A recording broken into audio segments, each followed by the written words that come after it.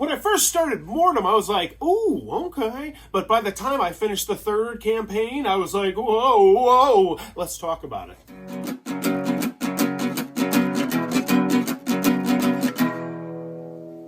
What does that even mean, Bowers Game Corner? Ahoy there, YouTube! I'm back again today for another game review, and today I'm very excited to check out Mortum, Medieval Detective from Arcane Wonders. This is for 1 to 6 players. It'll take you 100 to 180 minutes, and it's for ages 14 plus. And in Mortum Medieval Detective, this is a adventure-style game, a choose-your-path adventure-style game, where you're going to start off, and the only thing, there's actually no rules in this game. You're just going to get this little pamphlet right here, and it'll say, hey, read this, and then go about your merry way, and you're going to get box 1. And you're going to open box 1, and you're going to hold a big stack of cards. Now, on these cards are tons and tons and tons and tons and tons of text. There's just lots and lots of text in this game. It's a very story-driven game. And that's the first thing I want to mention about this, is it's a completely cooperative experience. In fact, you don't even control characters in this game yourself. It's just that at the beginning of the game, you're going to pick out some characters, and then you're going to take turns deciding what the next action the team takes. So you do need to know that going into it, because that's not going to be for everybody. This is much more about the story. But I don't want to lead too heavy into that, because it's a really fun journey. And the way they do things is really fascinating and unique. So in this deck, generally, it's going to have time on it. So you're going to see these little time glasses right here, and every time you see one of the hourglasses, you're going to move an hour up on this track. And this is going to mark how much time you have. It'll say you have 3 days, and you have to be done by noon on this day, and here's your objective. And that's one thing I really like about it. It's very clear. There's an objective card, and I'm not going to show it to you. And I'm going to try and be elusive with how much spoilers I give you, because it's a very thematic game. But it's like you have 3 days to get X, Y, and Z done. Do your best. And then at the end of it, you actually have like a little questionnaire that'll say, hey, how much stuff did you figure out? And you'll score a certain number of points based on how close you were to figuring it out. It's a really clean system. No apps involved at all, which I know is going to be a big thing for a lot of people. Now, where it gets even more interesting is you have your unique characters, as I mentioned. They will have different special abilities like surveillance and search.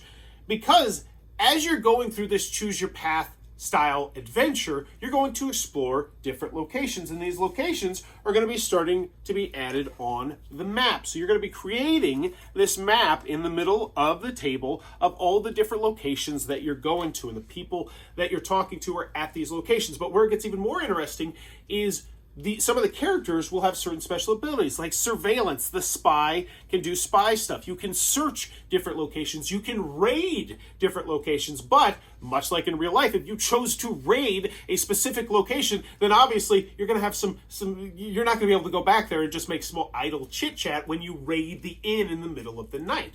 Now, what's really fascinating about this is these are events that will generally take you like 3 hours to do, but they don't count as like a turn. So you're still just kind of choosing your own adventure and picking the path. But these are things that are done in the background. So it's like, oh, we sent the spy off to do this. But then in 3 hours, we know something big is going to happen, because we're going to draw one of these cards because we surveilled the place. And these cards have all sorts of different things on them. They really do a lot of clever things in this game. You might search a location, find valuable information, find a key, find someone you need, find the person you're looking for, or you might raid a place. But that's it. That's like the general gist of the game, and I'm trying to keep it very I'm not trying to give you too much information, because it's really fun to experience all the little nooks and crannies as you go. But let's get on to the pros. Let's get on to the cons. First, on the con side, the game's not going to be for everybody for a variety of different reasons. And I worry that a lot of people are going to get turned off by the lack of hand-holding at the very beginning. It really does feel like they just kind of thrust you into there, which I love, but at the same time, like, I felt like my second and third game were much better experiences once I kind of wrapped my brain around exactly what was going on. Also, there is a lot of reading and a lot of text in this game, which is going to be a turnoff to some people. It's just tons and tons and tons and tons of reading. If someone in your group is particularly not a strong reader, I might recommend just having one person be the reader, because it's a lot of reading. Like, you get this card, like, it's all right, it's your turn, you read this card, then you got to go to the other card, and it's tons of text, which is just going to be a turnoff to some people. And with how deeply thematic this game is, and how much deduction there is in this game, that can be a little bit of a bummer. Now, any other cons that I have with this game. The first scenario is not nearly as good as the second and the third scenario. I think it's definitely a little bit shorter. Also, the 3-hour time length, I don't think most people are going to be playing this for 3 hours. I probably finished each one around 90 to 100 minutes, somewhere in that realm, even though the first one is a little bit shorter. Any other cons I have with this? Oh, so replayability, and that's an interesting one. This is not going to be a game where you're going to be playing it next week, but I think that this game actually has a lot more replayability than other games of this ilk, say if you were to pick it up, 6 months to a year from now. And part of the reason why, I really love this game, is this. So this is a stack of cards that I did not use from my third scenario. So there's 3 scenarios in this. That's the other thing some people might have.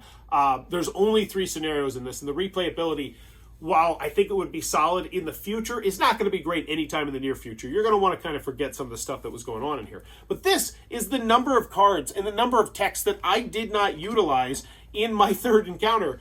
There was so much of the world that I did not explore. And moving on to the pros, I think this is one of my favorite pick your path style games that I have played. And the big reason why is just it has the extra level and layer of exploring the world in the form of that map and being able to raid different locations and search different locations and having the time crunch. And I really thought the time system was very clean and very clear, and I felt like this was a fantastically designed game. Like, you ever get one of those games and you're just like, ooh, this is clever, I love how they did this, it feels so clean, it feels so elegant.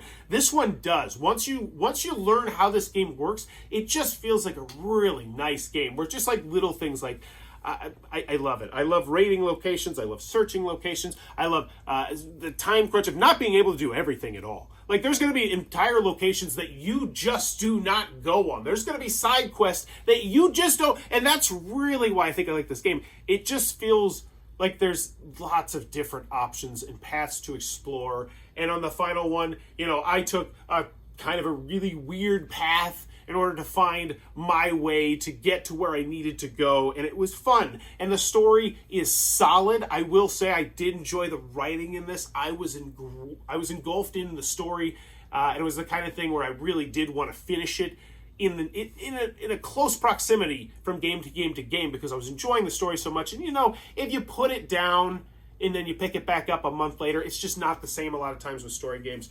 But this one, I think, is a really rock-solid one. As long as you know going into it, it's not going to be one that, like, this one's going to have, how do I put it? I think this is one where you get it, and then you let your friends borrow it, and then maybe you come back to it when the sequel comes out, because, spoiler, totally leave it on a little bit of a, not a cliffhanger, I don't want to say it's a cliffhanger, but they leave it so that you're going to continue a story arc, which I do like. Once again, that's one of the big things that I dinged on Destinies, which I actually gave a Bowers Best Seal to. I love that game.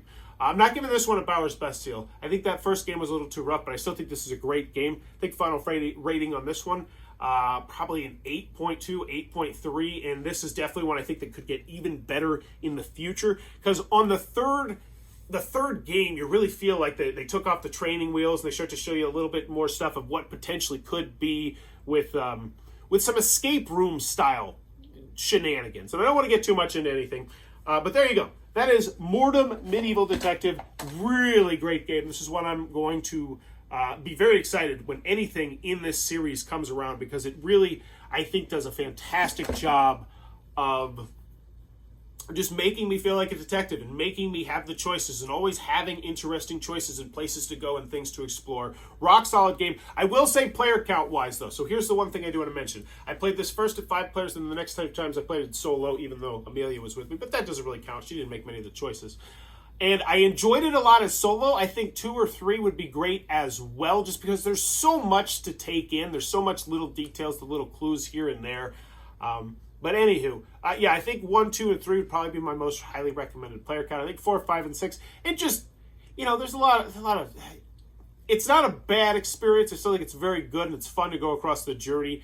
But I think 2 and 3 And solo as well is probably the sweet spot. But I don't know. Anyway, Mortum, Medieval Detective from Arcane Wonders. Really enjoyed this one. Let me know in the comments below. Have you played this one? And if you have, what did you think? And as always, if you're enjoying the content, please be sure to click on the subscribe button down below. As I'm trying to reach 10,000 subscribers so for my 10-year anniversary of making YouTube content. And I need to update that. I'm like at 9,600. Booyah! But bye-bye. This video is brought to you by all of my amazing Patreon supporters, and I would love it if you would join their ranks and have your name immortalized in the end of many of my videos for the end of time. But consider for only $1 a month, and as always, thanks for stopping by.